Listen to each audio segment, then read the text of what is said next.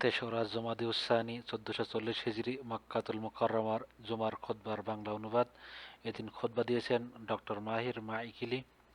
বিষয় ছিল সুযোগ গ্রহণ করা, সৎ কাজের সুযোগ গ্রহণ করা। হে মুসলমান ভাইয়েরা, আল্লাহ তাআলা আদম সন্তানকে সৃষ্টি করেছেন এবং তাদেরকে উৎসাহিত করেছেন জমিনকে আবাদ করে বসবাস করার জন্য। আল্লাহ তাআলা বলেন, আল্লাহ তোমাদেরকে এই জমিন থেকে সৃষ্টি করেছেন এবং এই জমিনেই তোমাদেরকে বসবাস করিয়েছেন। আর এই আবাদকৃত জমিন একটা জাতি এবং একটা রাষ্ট্রের জন্য লাভজনক। সুতরাং একজন মুমিনের কর্তব্য হলো এই সুযোগ গ্রহণ করা এবং এজন্য চেষ্টা করা। আল্লাহ তাআলা বলেন, তারা সৎ কাজে একে অন্যের সাথে প্রতিযোগিতা করত। তারা আমাকে আশা ও ভীতির সাথে ডাকত।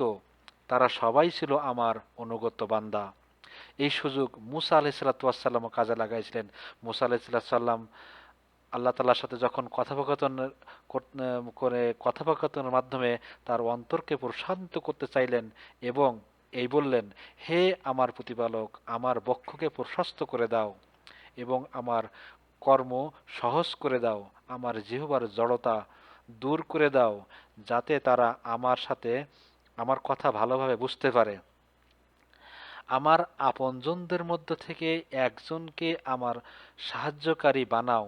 হারুন আমার ভাই, তাকেই বরং তুমি আমার সহযোগী বানিয়ে দাও। তার দ্বারা তুমি আমার শক্তি বৃদ্ধি করো, তাকে আমার কাজে অংশীদার বানিয়ে দাও। এই সুযোগ জাকারিয়া আলাইহিসসালাম কাজে লাগাইছিলেন। জাকারিয়া আলাইহিসসালাম যখন মারিয়াম আলাইহিসসালামের ঘরে প্রবেশ করেন, তখন দেখতে পেলেন মারিয়াম ইবাদতরত অবস্থায় আছেন এবং তার ওই ঘরের ভিতরে রিজিক দেখতে পেল, মানে খাবার দেখতে পেল। এবং মারিয়াম আলাইহিসসালাম তখন ইবাদত অবস্থায় ছিল। জাকারিয়া আলাইহিসসালাম জিজ্ঞাসা করলেন, হে মারিয়াম, এইসব খাবার তোমার কাছে কোথা থেকে আসছে? মারিয়াম জবাব দিত, এসব আসে আমার রব আল্লাহ তাআলার কাছ থেকে। আল্লাহ তাআলা যাকে চান তাকে বিনা হিসাবেই রিজিক দান করেন। জাকারিয়া আলাইহিসসালাম যখন তার কক্ষের ভিতরে, ঘরের ভিতরে এই নিদর্শন দেখতে পেল, তখনই জাকারিয়া আলাইহিসসালাম এই সুযোগটা কাজে লাগালেন এবং আল্লাহ তাআলার কাছে দোয়া করলেন, বললেন, হে আল্লাহ, আমার একটা নেক সন্তান দান করো। আল্লাহ তাআলা তার দোয়া কবুল করলেন। আল্লাহ তাআলা তাকে একটা নেক সন্তান দান করলেন।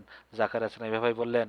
জাকারিয়া আলাইহিস সালাম সেখানে দাঁড়িয়ে আল্লাহর কাছে দোয়া করলো, হে আমার মালিক, তুমি তোমার কাছ থেকে আমাকে তোমার অনুগ্রহের প্রতীক হিসাবে একটা নেক সন্তান দান করো। নিশ্চয় তুমি মানুষের ডাক শোনো।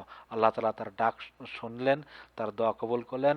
আল্লাহ তাআলা তার একটা নেক সন্তান দান করলেন। তিনি পরবর্তীতে নবী হয়েছিলেন।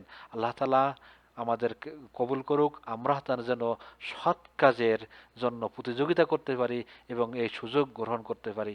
ওয়া মা তৌফিক ইল্লা বিল্লাহ।